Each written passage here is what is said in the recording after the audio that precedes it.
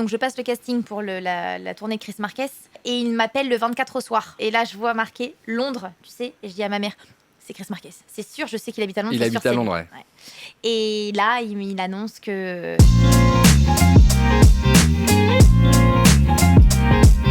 Inès, tu es née le 15 juillet 1992, ça veut dire que tu as bientôt 30 ans. Merci de le préciser. Félicitations. C'est bientôt mon anniversaire et je suis très contente d'avoir 30 ans. Tu sais, c'est un peu le moment où tout le monde se dit « Oh là là, je vais avoir 30 ans, quelle horreur !» Et moi, j'ai qu'une hâte, c'est d'être le 15 juillet d'avoir 30 ans. Ne me demande pas pourquoi, je trouve ça génial d'avoir 30 ans. Tu trouves que c'est un tournant, une étape clé ? Ouais, en fait, il y a des choses que j'ai eu envie de faire avant 30 ans. Acheter un appartement, partir toute seule en vacances. Et c'est des choses que j'ai réalisées il n'y a pas très longtemps, où j'étais un peu, tu vois, proche de la deadline. Et je sais pas, je trouve que ça marque aussi peut-être une forme de crédibilité dans la tête des gens. Tu vois, j'ai 30 ans, t'es plus dans la vingtaine. C'est marrant ce que tu racontes avec ta liste. Ça veut dire que tu fais partie des gens qui sont organisés dans la vie à se dire... organisés, oui. Après... Surorganisés. Ah ouais, surorganisés. C'est infernal, c'est insupportable. Mais je suis trop organisée peut-être. Mais en tout cas, j'aime bien ma vie comme ça. En tout cas, ça m'a plus ou moins toujours réussi de m'organiser de cette manière-là. Et ouais, je suis quelqu'un de très très organisé. Tu peux demander à mes amis, c'est même un petit peu insupportable. Et qu'est-ce qu'il y a sur la liste à venir du coup ? Franchement, avant 30 ans, je voulais acheter un deuxième appartement. Oui. Parce que c'était important pour moi de... enfin, on va en reparler, mais c'est vrai que je viens d'une famille dite lambda. Enfin, tu vois, j'étais pas prédestinée. Je suis pas née en étant prédestinée à avoir une carrière télévisuelle comme j'ai actuellement et j'espère que ça perdurera. Et en fait, je pensais me prouver des choses à moi-même. C'est pas me prouver des choses à la société, c'est me dire que j'en suis capable, je suis capable d'y arriver seule. Et que t'en fais partie. Ouais. Et que j'y arrive. Donc c'est des petits challenges personnels comme ça peut être un challenge complètement différent. Mais ouais, ça c'est un petit truc qui serait chouette à cocher. Mais bon, si tu veux, c'est dans un mois mon anniversaire, donc je suis pas sûre d'arriver à cet appartement. Bon, en tout cas, le 15 juillet 92, t'es né à côté de Dunkerque, dans le quartier Saint-Paul-sur-Mer, à Saint-Paul-sur-Mer. Alors, c'est un quartier de Dunkerque non, en maintenant. fait, c'est une ville qui est vraiment juste à côté de Dunkerque et ça a fusionné avec Dunkerque et ça s'appelle le Grand Dunkerque. Donc on a 3 villes qui s'appellent le Grand Dunkerque aujourd'hui. Mais tu peux dire Dunkerque ou Saint-Paul-sur-Mer, ça me va très bien. Une ville que maintenant tout le monde connaît grâce au film c'est vrai, éponyme. Et t'as grandi en fait naturellement dans la danse puisque ta maman et sa sœur jumelle, qui est donc ta tante, sont toutes les deux dans le milieu de la danse. Prof de danse. Elles sont profs de danse et ta maman avait une maison de quartier, c'est ça, dans laquelle elle donnait des cours de danse. Ma mère et ma tante, les deux, mais dans 2 maisons de quartier. Exactement, dans 2 maisons de quartier différentes. Alors j'ai fait beaucoup plus de danse avec ma tante, puisqu'elle était prof de danse donc à Saint-Paul-sur-Mer, ma tante, donc là où je vivais. Et ma mère était un petit peu plus loin, était près de Bergues, là où a été tourné le film Bienvenue chez les Ch'tis. Voilà. Et c'est vrai que j'ai fait beaucoup plus avec ma tante qu'avec ma mère, mais c'était toujours un plaisir d'aller voir les cours de ma mère aussi. J'allais assez régulièrement les voir quand même. Et dès toute petite, dès 5 ans, c'est ça, 4-5 ans ? 3 ans. Mais déjà avant, si tu veux, j'étais dans les salles de danse. En fait, ma mère me prenait tout le temps avec elle. Donc même en poussette, en fait, t'as le grandi. De ma mère, ah déjà, oui, évidemment. Donc en fait, j'ai baigné dans de la musique, j'ai baigné dans cette ambiance, dans une salle de danse. C'est là où je me sens bien, quoi. Je me sens vraiment bien dans une salle de danse. Tu crois que ça a joué d'avoir eu de la musique quand t'étais enfant, comme ça, dans le ventre de ta maman ? Franchement, je pense que oui. Je pense que oui, parce que et puis elle continue à danser, ma mère, en plus de ça. Donc tu vois, je pense que ça m'a transmis quelque chose. Et moi, j'ai souvenir de moi, alors un petit peu plus âgée, mais je te dirais 8-10 ans, en train de faire mes devoirs, en grand écart là par terre, en train de travailler ma souplesse et en même temps faire mes devoirs dans la salle de danse avec la musique à fond. J'arrive à me concentrer quand même. C'est là où je me sentais bien, en fait. Vraiment, dans une salle de danse, je me sentais chez moi. Et t'étais déjà exigeante avec toi-même, t'avais déjà compris à cette époque-là qu'une exigence était indispensable pour aller chercher le haut niveau ? Complètement. Alors ma mère était très exigeante avec moi, mais c'est pas du tout une critique, je l'en remercie évidemment aujourd'hui, mais elle était très exigeante avec moi. Mais j'en parle très rarement, mais pourtant c'est pas un sujet tabou, mais on me pose pas la question. Mes parents sont séparés et je ne vois plus mon père depuis mon plus jeune âge, donc c'est ma mère qui a eu cette figure de tenir la maison. Je n'ai vécu qu'avec ma mère. Donc elle avait 2 rôles. T'as des frères et sœurs ? Non, je suis unique. Ok. Elle avait ce rôle donc de maman évidemment, mais en même temps le rôle du père où parfois tu dois peut-être tenir un petit peu plus, tu vois, serrer un petit peu plus. Donc en fait ma mère elle a toujours été très exigeante, mais à la limite, enfin à la bonne limite, tu vois, elle a absolument pas dépassé les limites, mais elle était très, voilà, si je voulais aller à la danse, il fallait que j'ai des bonnes notes à l'école. Si j'avais pas des bonnes notes à l'école, j'allais pas à la danse. C'était très simple. Donc t'imagines bien que je n'ai jamais loupé la danse. Je n'ai jamais eu une mauvaise note. Du coup, entre le boulot qui était sévère parce que tu devais travailler pour avoir des bonnes notes, la danse qui demandait une grande exigence, il y a du temps là-dedans pour les copains, les copines, les anniversaires, les sorties, une amourette Mes copines étaient mes copines de danse. Ok. Voilà.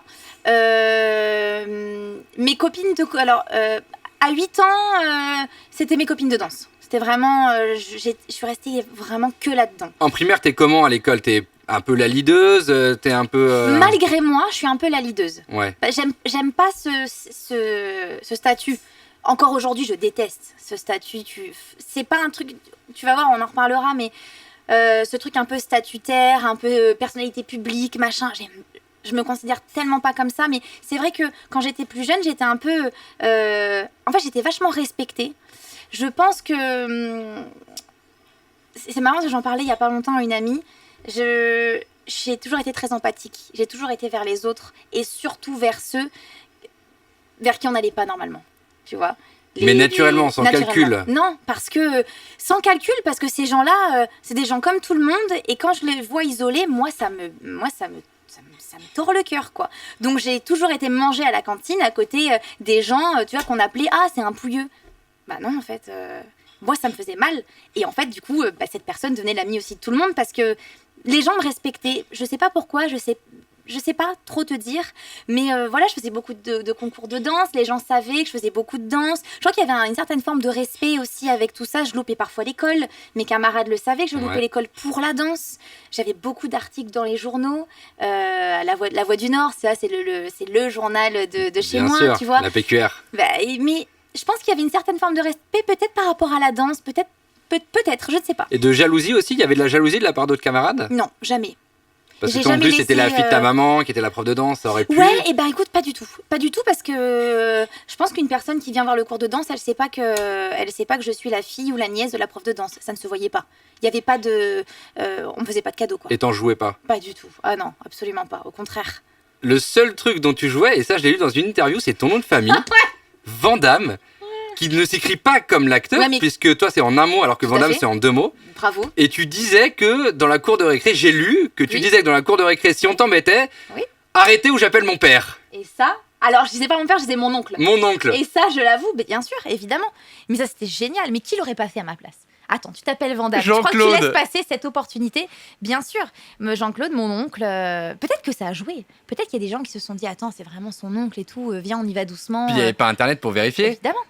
Évidemment. Je ne l'ai jamais rencontré. Et tu sais quoi, j'adorerais d'ailleurs le rencontrer quand même. Eh ben, il est là, Jean-Claude, sors de la cuisine. Voilà. Tu vois, il y en a qui réagissent. Jean-Claude le tonton, coucou Jean-Claude, bah oui, JCVD, évidemment, JCVD. C'est le meilleur. On l'adore. Mais on va en parler de Bruno Vandelli parce qu'il est arrivé du coup assez vite dans ta vie. Donc quand tu avais 8-9 ans, avec les concours que tu faisais, les compétitions de danse que tu faisais, les médailles que tu remportais, lui en fait il passe son temps à écumer un peu comme ça des concours. Non, c'est pas vraiment ça. Lui, les jurys, et voilà, tu vois, il fait une remise des prix, etc. D'accord, et ça s'arrête il fait un peu là. partie du jury des concours. Exactement, il fait partie du jury. Et c'est vrai que je l'ai suivi pendant au moins de mes 8 ans à mes 16 ans, voire 17 ans d'ailleurs. J'ai pris des cours de danse avec lui et je sais qu'à l'âge de 15 ans, il a demandé à ma mère que j'aille en formation chez lui. Il a dit voilà, votre fille, elle a... Mais comment t'as pris des cours avec lui? Je faisais des stages de danse. D'accord, en fait, si tu veux, dans toute la France, l'été, il y a des gros stages de danse qui s'organisent, des stages d'1 semaine. Et toi, au lieu de partir à la piscine, t'allais faire de la danse? Évidemment, j'allais évidemment prendre des cours de danse. Et parfois même, dans les concours qu'on faisait, il y avait aussi des stages qui étaient organisés, les stages l'après-midi et le concours le soir. D'accord. Donc moi, dès l'instant que je pouvais prendre cours avec Bruno et avec d'autres, je le faisais. Et à l'âge de 14-15 ans, Bruno a demandé à ma mère, a dit voilà, je pense vraiment que votre fille peut potentiellement y arriver. Alors, il y a encore beaucoup de boulot, mais j'aimerais bien l'avoir dans mon école de danse. Et ma mère a dit, si elle veut, ok, mais pas avant 18 ans. Elle passera le bac et on verra plus tard. Combien est-ce que ça coûte? Quel est le budget quand on veut partir chez Bruno Vandelli à Cannes dans son centre de formation? J'imagine que c'est pas déjà les portes sont pas ouvertes à tout le monde. Non, audition. Et ensuite, il faut se loger, il faut payer l'année scolaire, il faut. Et écoute, ma mère a été formidable pour ça. Elle a demandé des bourses. Voilà, elle est allée dénicher partout. On a eu la fondation Bouygues qui m'a subventionné. Une partie, alors je sais plus ce que ça subventionnait exactement, parce qu'il y avait plusieurs pôles. Il me semble qu'il me subventionnait mon école de danse. On avait des bourses qui prenaient en charge mon loyer. Et moi, je travaillais en plus de ça. Je donnais des cours chez Bruno aux enfants. Ce qui me faisait un petit revenu parce que je devais aller à la fac tous les jours. Donc, il y a l'essence à payer. Je vais l'apprendre à personne. Il y a les péages, il y a la bouffe, il y a tout, en fait. Donc, si tu veux, il y a encore une vie après autour de tout ça. T'habitais à Cannes même ou t'avais un... J'habitais à Cannes même. Okay. J'étais boulevard Alexandre III. Pour tout dire. Et là, on est dans les années 2010, c'est ça? Exactement, entre 2010 et 2013, ouais. Là où tu affines ta formation. Ouais. Et donc, tu suis en parallèle des études de lettres. Ouais, je vais à la fac de Nice tous les jours, la fac de lettres. J'y suis allé. Au campus Carlone. J'y suis allé. Tu vois? Bien et sûr. j'ai fini mon master 1 là-bas.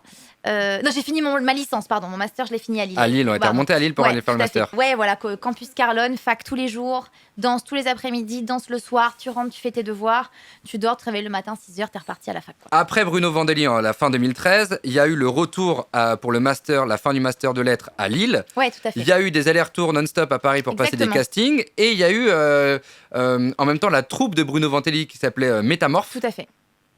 Et il y a eu l'arrivée des Energy Music Awards, puisque dans ta vie, il y a eu les actrices, les chanteuses internationales qui venaient en France participer aux Energy Music Awards, avaient besoin d'une troupe de danseurs. Et donc, tu faisais partie de ces troupes. Et donc, tu as dansé aux côtés d'Alicia Keys, de Shakira. J'ai noté, je sais pas si c'est la même période, mais j'ai vu passer Alizé, Shakira, Kylie Minogue, Alicia Keys. Ouais. Ce qui est quand même plutôt un beau casting. Ouais, c'était ouf. Comment tout ça s'est imbriqué? Le retour à Lille, les castings à Paris, Métamorphe et Energy Music Awards. Alors déjà, donc tu vois, on est en 2010 quand j'arrive à Cannes, j'ai déjà l'Energy Music Awards. Déjà en 2010. En fait, quand j'arrive à Cannes pour me former, j'ai 18 ans. Il y a déjà un casting pour faire partie des danseurs sur TF1 DNMA. Et ça a un rapport avec la bourse Bouygues? Rien à voir. Okay. C'est un casting comme ça parce qu'ils recherchent des danseurs. Parce que TF1 est en Bouygues, je veux dire, il y aurait pu avoir un lien. Du tout. Okay. Ils recherchent des danseurs, des apprentis parce que pas payés. Donc évidemment, ils recherchent des gens, des figurants en fait. Voilà, ils recherchent des figurants. Mais moi, je suis en début de carrière, en fait. J'ai 18 ans, je ne sais même pas que je suis en début de carrière, c'est que j'ai rien du tout, j'ai même pas une carrière. C'est même pas une carrière. Mais tu entrais dans l'école, ouais. Voilà, j'entre à peine dans l'école de Bruno, tu vois. Donc, 2010, je fais l'Energy Awards, 2011, je fais l'Energy Awards, 2012, je fais l'Energy Awards, 2013 aussi. Tu vois, jusqu'à temps que je parte. Et donc, chaque année, tous les ans. Une célébrité différente. Même plusieurs. Waouh. Ouais, même plusieurs. J'en ai fait, je crois, la première année, je crois que j'avais... je ne voudrais pas dire de bêtises, mais me semble-t-il qu'il y avait Mika, il y avait Shakira la première année déjà. Johnny Hallyday, je me demande si c'était la première ou deuxième année, je ne sais plus. Enfin bon, c'était toujours...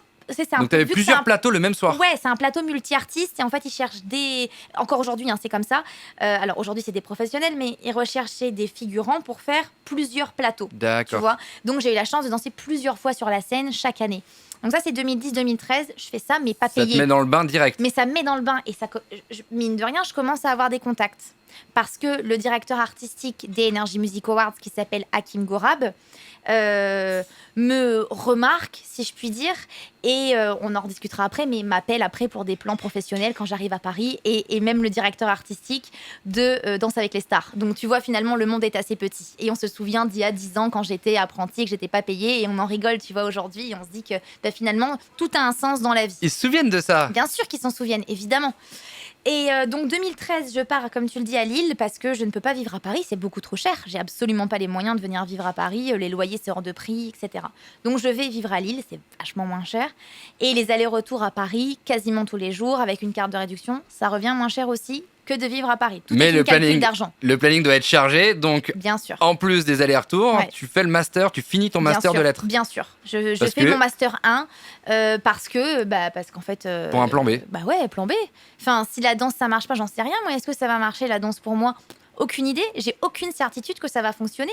Donc, si ça marche pas, évidemment qu'il me faut un plan B. Donc, je continue la fac, je vais prendre des cours de danse sur Paris, je fais des auditions et j'ai été refusée de beaucoup de choses au début, mais vraiment beaucoup.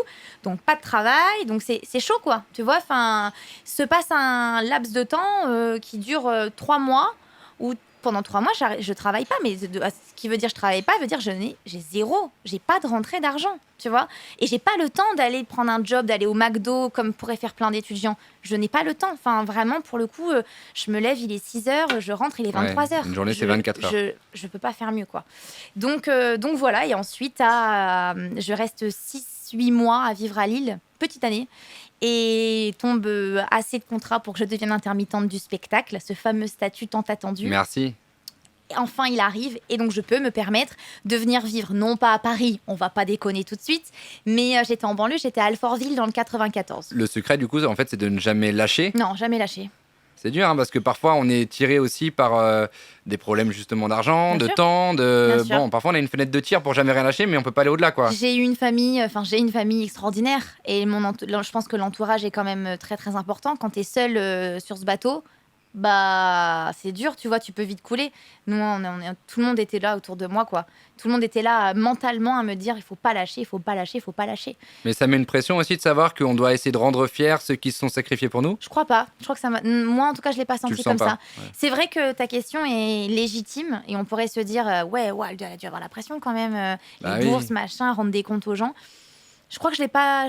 En fait, c'était tellement une opportunité, tellement une chance qu'on m'offrait que je l'ai vu plutôt comme une chance que des comptes à rendre, tu vois, je pense. Est-ce que ton premier vrai pied à l'étrier professionnel, c'est Matt Pokora qui te le donne ? Est-ce que c'est la vraie première mise en avant ? Non. Ou c'est la vraie première fois où tu es installée ? Parce que j'ai rien trouvé entre les Energy Music Awards et puis elle a fait Matt Pokora. Alors, je devais faire la tournée d'Alizée qui venait de gagner Danse avec les stars. Malheureusement, sa tournée s'est annulée.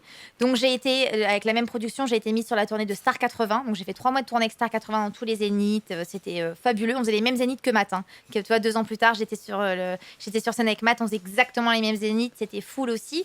Non, j'ai fait ça. J'ai fait beaucoup de télévision. Moi, j'ai sillonné les plateaux télé. Que ce soit de TF1 à France Télé, à M6, à W9, à C8. Je les ai vraiment presque tous faits. Dès 18 ans. Dès 18 ans. Bah oui. Je les ai presque tous faits parce que j'aurais pas la prétention de dire que je les ai tous faits, mais j'en ai fait énormément. Les chiffres et les lettres, tu l'as pas fait, je crois. Écoute, non, mais c'est en pourparlers. C'est pas vrai. J'ai quand même eu, avant la tournée de Matt, j'ai quand même fait plein d'artistes. J'avais fait Kenji, alors pas en tournée, mais j'ai fait beaucoup de plateaux télé avec Kenji, beaucoup de sorties, je suis dans pas mal de clips, etc. Mais c'est vrai que Matt, alors on va pas se mentir, c'est quand même la plus grosse projection, c'est quand même l'artiste masculin, le performeur masculin, et ça a été une joie d'être sur sa tournée pendant 1 an, tu n'as pas idée. Mais parce qu'il y a un budget qui va avec, donc j'imagine qu'on se retrouve dans des conditions un peu américaines quelque part tout d'un coup. Complètement, mais parce qu'il s'en donne les moyens aussi, tu vois, et c'est un bosseur. Moi, Matt, c'est quand même assez dingue parce que je suis quand même quelqu'un qui arrive toujours à l'avance. Aujourd'hui, j'avais que 2 minutes d'avance, mais d'habitude, j'ai beaucoup plus. Je tiens à le préciser. Il paraît que Matt, il arrive avant que la salle elle ouvre. Mais Matt, il arrive avant les gens. Comment il fait ? Matt arrive avant moi. Ça n'est pas normal. Je te jure, je me souviens toujours. On est à Opera Dance, un studio à Châtillon, à Montrouge. J'arrive et je me dis, mais t'es déjà là, toi ? Il me dit, ouais, il fallait que je répète. Là, les gars avaient trop bien la choré. Mais toi, t'es le chanteur. En même temps, je lui dis, tu sais, t'es pas danseur. Hein. Non, mais il fallait que je répète le truc. Ok. Et moi, j'étais là, m'échauffer à côté en me disant, ah ouais, il est chaud, le gars, quoi. Il est vraiment comme ça. Et il lâche jamais rien. Jamais. Mais il reste cool avec ses équipes. Il est hyper cool. Il est vraiment, il est hyper juste. Il est trop gentil. Et en fait, du coup, on n'a pas besoin. Enfin, on parle pas. On n'est pas là à piapiater. On n'était que des meufs en plus. Donc c'est des meufs, ça peut vite commencer à pia dans l'apprentissage décoré. Et en fait, il impose un respect naturel. Donc non. Ouais, en fait, tu dis que si lui, il se met autant de pression pour lui, ça veut dire qu'il en attend au moins autant pour ceux qui travaillent avec lui. En fait, il est exigeant avec nous, mais il est tellement exigeant avec lui qu'en fait, on a envie de le rendre fier parce qu'il nous a quand même donné une belle place, tu vois, sur ce projet. Donc, tu as forcément envie de lui rendre l'appareil. Avec un jeu de carton, j'ai vu ça dans une interview. Il paraît qu'il met des petits cartons jaunes pour rigoler si t'es en retard. Ouais, en fait, il met des petits cartons jaunes si t'es en retard, quoi. Il déteste ça. Mais si t'as un rouge, il se passe quoi ? Rien, parce qu'on n'en arrive pas là, je crois qu'on est comme ça. Tu dois faire le tour de la salle à cloche-pied, quoi. Franchement, il serait capable, je pense, de nous dire ça. Alors, attends, toi, tu vas faire 12 pompes. Non, mais tu vas peut-être. Mais c'est vrai qu'il aime pas, il déteste les gens en retard. Ça, c'était pour la tournée My Way, du coup, avec Matt. La reprise de Claude François. Et il y a eu, en 2019, une année dingue. Alors, 2019, j'ai vu que 2019, c'était fou. 2019, t'as rejoint le spectacle de Chris Marquez, Alors on danse. Ouais. À l'été 2019, t'as créé ton premier spectacle Dreams, qui a été joué à l'Alabama. À l'Alhambra. Oh là là. À l'Alabama. À l'Alhambra. Et quelques semaines plus tard, tu annonçais du coup ton arrivée officielle sur Dals. Parce qu'en fait, Dals, même si ça fait que depuis 2019 que tu es à l'écran, en vrai, ça fait un moment que tu travailles avec eux. Ouais, 2016, je crois. 2015-2016. J'étais même sur les plateaux, hein, j'étais en cam, mais j'étais danseuse additionnelle. Donc en fait, dès l'instant qu'il y avait des tableaux de groupe et qu'il fallait des danseurs en renfort, j'étais là. Plus ou moins tout le temps. Et pour coacher un peu aussi les...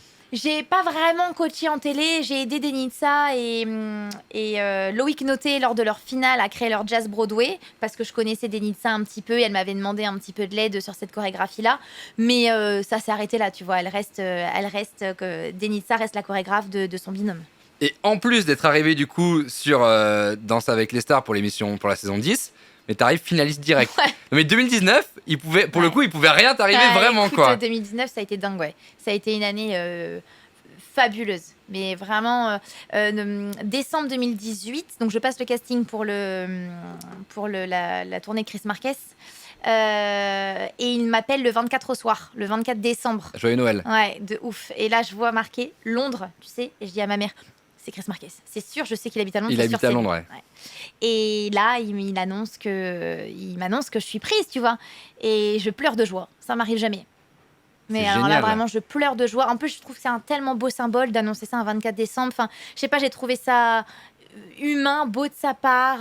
T'imagines bien que ceux qui n'ont pas été pris n'ont pas été appelés ce jour-là. Je ne vais pas les appeler le 24 décembre pour leur dire t'es pas pris.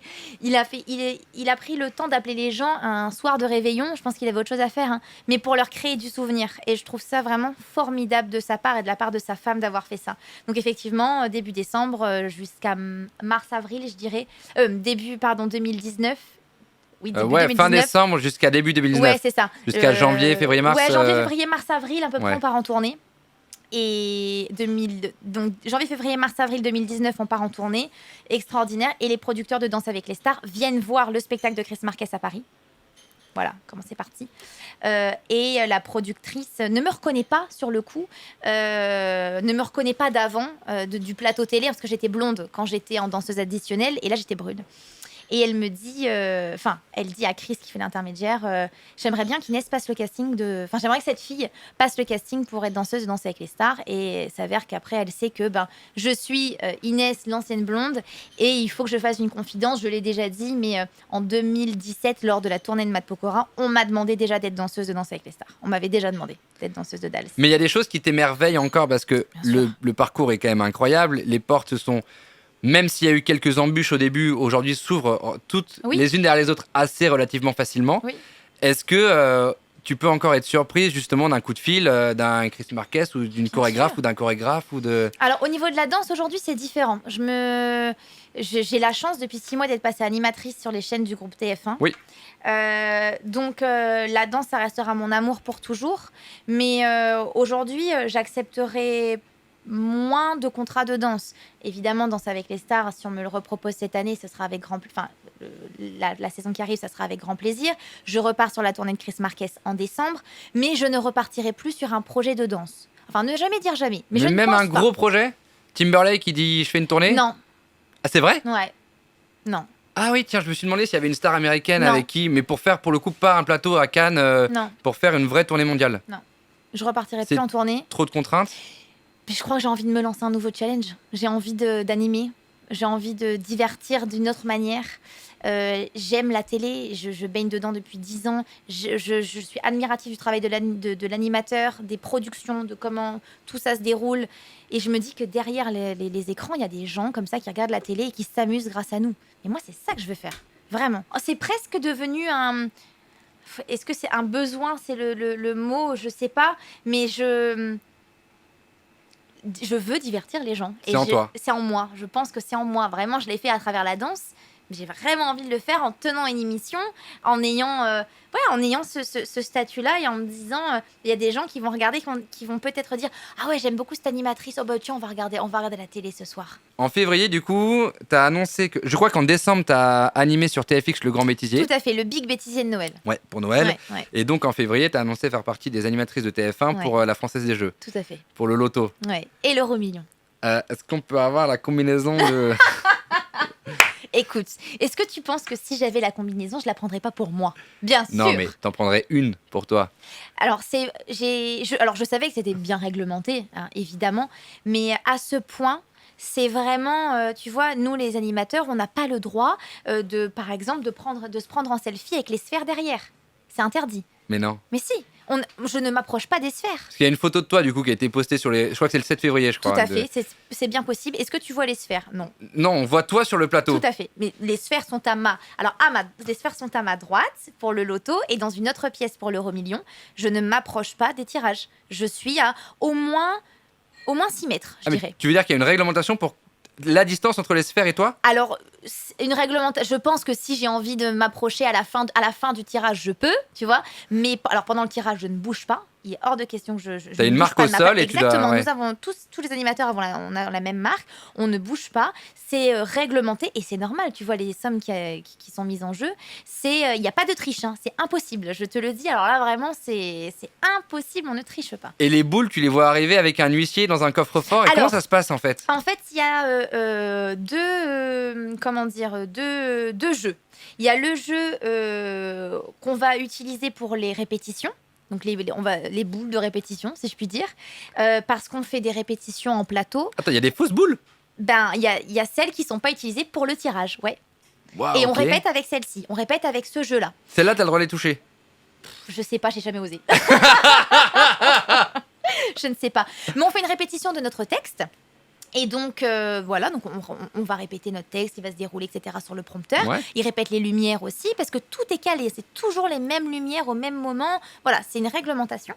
Et après, quand arrive le vrai tirage, moi, j'arrive sur le plateau 5 minutes avant, et les vraies boules sont déjà là. Je ne vois pas la mise en place. Ah oui, d'accord. Je ne vois pas la mise en place. T'as le droit de jouer? Ouais, Okay. j'ai le droit de jouer. Franchement, félicitations, c'est un super projet. Bah, c'est gentil, merci. On verra si ça aboutira. Si ça n'aboutit pas, c'est pas grave. Mais en tout cas, Pour l'instant, ça se passe très bien. Ça se passe très bien et puis je vais me donner les moyens d'y arriver. Et je me suis fait tatouer mon premier tatouage, c'est les rêves deviennent réalité. Alors je l'ai écrit en anglais, ça fait un peu moins gaga. Dreams come true, c'est un peu mieux. Mais et en fait, je suis persuadée que les rêves deviennent réalité. Alors, il faut s'en donner les moyens, hein, bien sûr. Mais je suis persuadée que quand on rêve de quelque chose, on a tellement envie qu'on doit travailler. C'est une chaîne. T'en as envie, tu vas travailler, tu vas échouer, mais tu vas remonter, tu vas travailler et tu vas y arriver. Et si tu te croisais enfant, qu'est-ce que tu te dirais? Change rien. Continue avec tes défauts aussi. Parce que ça va te forger. C'est bien les défauts aussi. On est dans une tendance actuelle, on est dans une génération où tout doit être parfait, on retouche nos photos Instagram, je comprends pas. Tu mets pas de filtre? Ça m'arrive comme tout le monde, mais franchement, si la photo me plaît pas, je la poste pas. Je préfère ne pas la poster plutôt que la retoucher à la mort, tu vois. Je suis très rarement en filtre sur Insta. Alors déjà, je suis très rarement en train de me filmer et parler, déjà, pour commencer. Mais je lui dirais à cette petite fille, tu vas faire des erreurs et je vais te les laisser faire. Fais-les. Et tu verras, ça va te forger un caractère, une personne. Et tomber, c'est bien. Il faut tomber. Parce que quand t'es trop là-haut, je pense pas que ça soit bon. J'ai jamais été, donc je sais pas. Mais je pense que tomber, c'est bien. Se ramasser un petit peu la tronche, c'est bien. Parce qu'après, tu te sors les doigts des fesses et tu travailles encore plus que ce que tu pensais capable. On se croit jamais capable de ce qu'on est vraiment capable de faire. Et ça, je trouve ça intéressant chez l'humain. Merci beaucoup Inès Vandamme. Merci d'être venue. Avec grand plaisir, merci à toi, merci à vous tous d'avoir suivi le live, merci pour les questions. Et c'était super. Au plaisir. Rendez-vous la semaine prochaine les amis à 17h30 comme chaque samedi après-midi. Rendez-vous la semaine prochaine avec Sandrine Ketty. On va parler télévision aussi. J'adore Sandrine, tu l'embrasses pour moi. On a eu la chance de faire la tournée de Chris Marquez. Elle chantait pendant que je dansais, elle chantait mon solo. Et oui, elle chante Sandrine. Ouais. Elle chante, elle a un groupe de rock. Elle vient de sortir d'ailleurs un nouvel album. Et elle chante très bien. Avec un nouveau projet. Donc on va parler télévision, on va parler après télévision. Et puis on va parler du coup chant et musique. C'est formidable. Voilà. J'aime beaucoup Sandrine. Tu as beaucoup de chance de la recevoir. Est-ce que tu as une question pour elle? Est-ce qu'on va la revoir sur la tournée de Chris Marquez? Est-ce qu'elle va encore chanter mon solo? Parce que c'est elle qui chantait pendant que je dansais mon solo. Eh bien, je vais lui poser la question. Avec grand plaisir. Et je t'enverrai un petit message pour te donner la réponse. Avec grand plaisir. Merci à vous les amis. Merci d'être si nombreux. Avant de se quitter rapidement, j'embrasse très vite François et Adrien, les propriétaires du restaurant. J'embrasse l'équipe ici des marchands de vin. On est au 9 rue Bio si vous voulez venir dîner. En ce moment, il y a de la lotte et elle est très bonne. C'est délicieux. Avec de la mandragone. de la tétragone. Bon, enfin bref, c'est quelque chose en gone. C'est très très bon. Merci à Victor Labro, évidemment le directeur technique. Merci au chef opérateur réalisateur. Aujourd'hui, il s'appelle Lucas Prévost. Faites du bruit pour Lucas. Bravo. Merci à vous tous, merci à toute la petite équipe qui m'accompagne sur ce petit projet. Rendez-vous la semaine prochaine, 17h30. C'était La Base. Je m'appelle Mathieu Gérard. À plus.